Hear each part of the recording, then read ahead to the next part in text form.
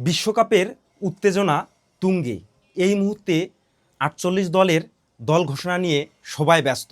আর এইদিকে Lionel Messi এমএলএসে দুর্দান্ত performance করেই যাচ্ছে। মানে দেখে মনে হচ্ছে যে সেই মেসি, অর্থাৎ হচ্ছে ২০২২ বিশ্বকাপে যেভাবে খেলছে এবার বিশ্বকাপেও কি তাই হবে?